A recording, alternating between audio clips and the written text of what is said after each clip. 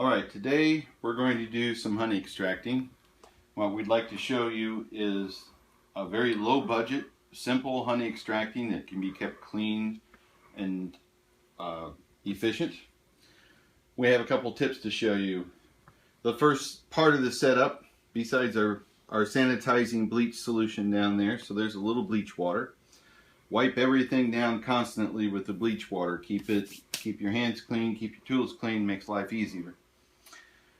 First part of the setup is the dolly where the honey supers come in. So as the honey supers come in, they are put onto the dolly with the caster wheels. So it can be rolled around, so it can be kept close, life is good. As the frames are taken out and uncapped, the dolly can be rolled around so the frames come out of the extractor and back into the boxes. The second is a utility sink. It's one of the cheapest ways I know to get around this. This one's plastic. You can find a stainless steel utility sink someplace. But we put a bucket with a strainer underneath the utility sink so that the honey that drains out of the utility sink goes down into the bucket underneath. It's a total recapture system. We've got our uncapping tools. I have two kinds of uncapping knives, cold uncapping knives. That is just a simple straight blade. This one is a serrated blade, if you can see those.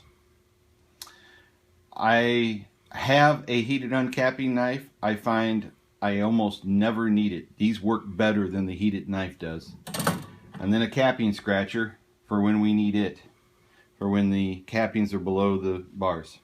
So we uncap here. The cappings go down into the strainers. The honey strains out of the cappings and goes down into the bucket underneath, so we have a second honey bucket. After the frames are uncapped, they go into the extractor, get spun out in the extractor, and the gate is open all the time while the extractor is working, and the honey goes through the filter here and into our honey bucket with the gate. There's the gate on the honey bucket. Another handy tip. The extractor is tied to the stand for the extractor, but the stand itself is also on caster wheels. Instead of trying to lock this thing down solid onto a stand, put it on the caster wheels. That way when it spins, it just sits here. It doesn't go anywhere, and there's no stress on the equipment. You don't get stress on your extractor from it rocking against solid tie downs. This way it can move and no problem. And even if the extractor is completely off balance, even if you have only one frame in there, it rocks, but it doesn't go anywhere. It just sits here all the time. Very handy, easy setup. So this is low budget, but it's clean, it's sanitary, and it works. Okay, we're actually going to extract a frame today and show you how the process runs through. Again, we talked about our setup here. Sanitizing solution, honeycombs on the caster wheels, extraction tank with a drain and a bucket underneath it, and the extractor. So I'm kind of a fanatic about sanitizing solution. I like the bleach solution. I keep a rag with the bleach solution on it all the time. And I wipe down the hands of my tools and the hands of my hands and everything else. You don't want honey, you don't want water dripping in your honey, so keep it moist but not dripping. Okay, we have a nice box of harvested frames.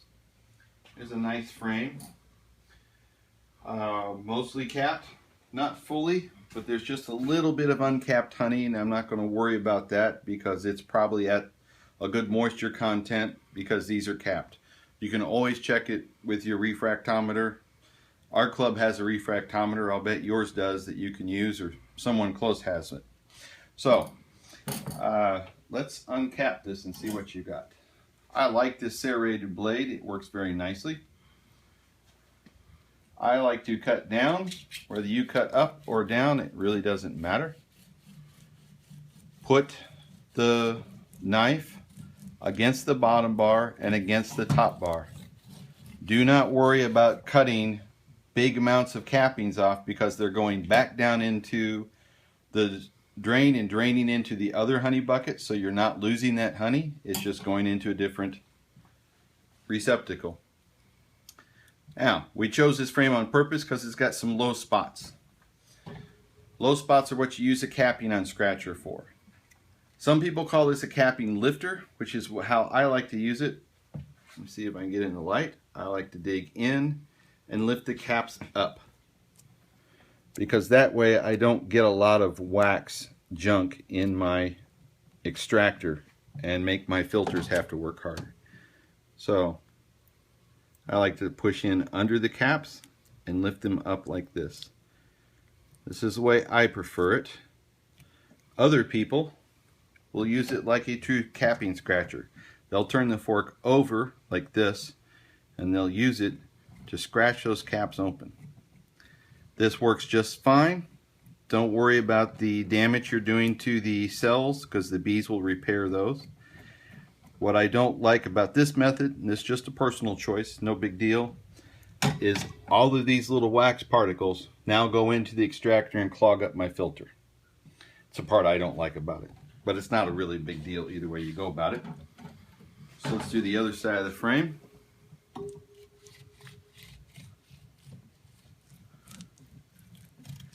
Again, there's this thick part of these cappings, and people worry that they're going to lose that honey.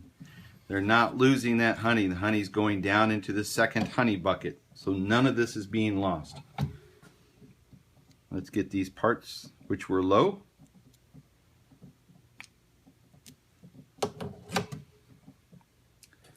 And now you can take these cappings, and once they've drained into the honey bucket below the sink here, you can take these cappings out and put them at least 300 yards from your beehives and let the bees clean the cappings off.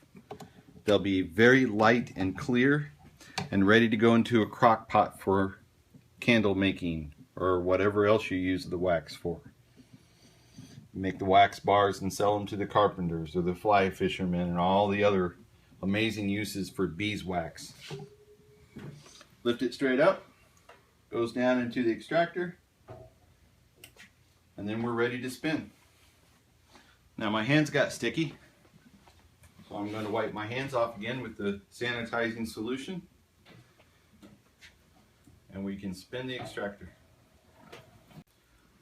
Okay, we're at the point where we've uncapped the frames and we're going to spin the honey out. And we've got the spinner here, and the spinner is sitting on a dolly with casters so it can move nice and cleanly. So you'll see how easy the spinner moves, and it's not locked down and it doesn't stress it out.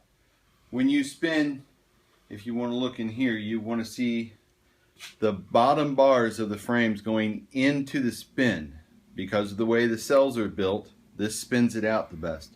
Don't spin the top bars into the frame, spin the bottom bars into the spin. And actually, this one is actually backwards, so we'll fix it real quick. There you go. So it'll spin this way. And you can see how easy this extractor just sits there. And we spun a couple loads, so we should be able to spin this out and open up the gate. And there's your honey coming out as we go. And we managed to get a bee in there somehow. So that's a 200 micrometer filter, so that'll filter everything out of there. And we keep the bucket tied to the stand, as you can see down here, so the bucket doesn't wander off. The wife really gets mad when the bucket wanders off the extractor and you pour honey on the floor, believe me. You do not have to spin this as fast as you can. Just a nice good speed. That's more than enough in a warm room like this. And we'll spin this. I can spin for about a minute or 2 minutes. That's good on either side. Life is good. You could spin longer, but I really don't think the gain is worth the cost for a few more drops of honey. We're going to take these extracted frames, give them back to the bees and let the bees clean it up. So again, no loss of honey. And it just keeps going.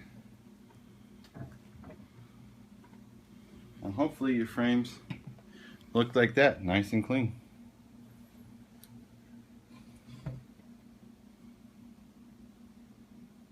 ready to go back into the beehive. They'll repair all of this damage, so don't even worry about all that stuff. Not an issue at all. The bees will clean it up. You won't even know it happened last time. A little more honey and life is good.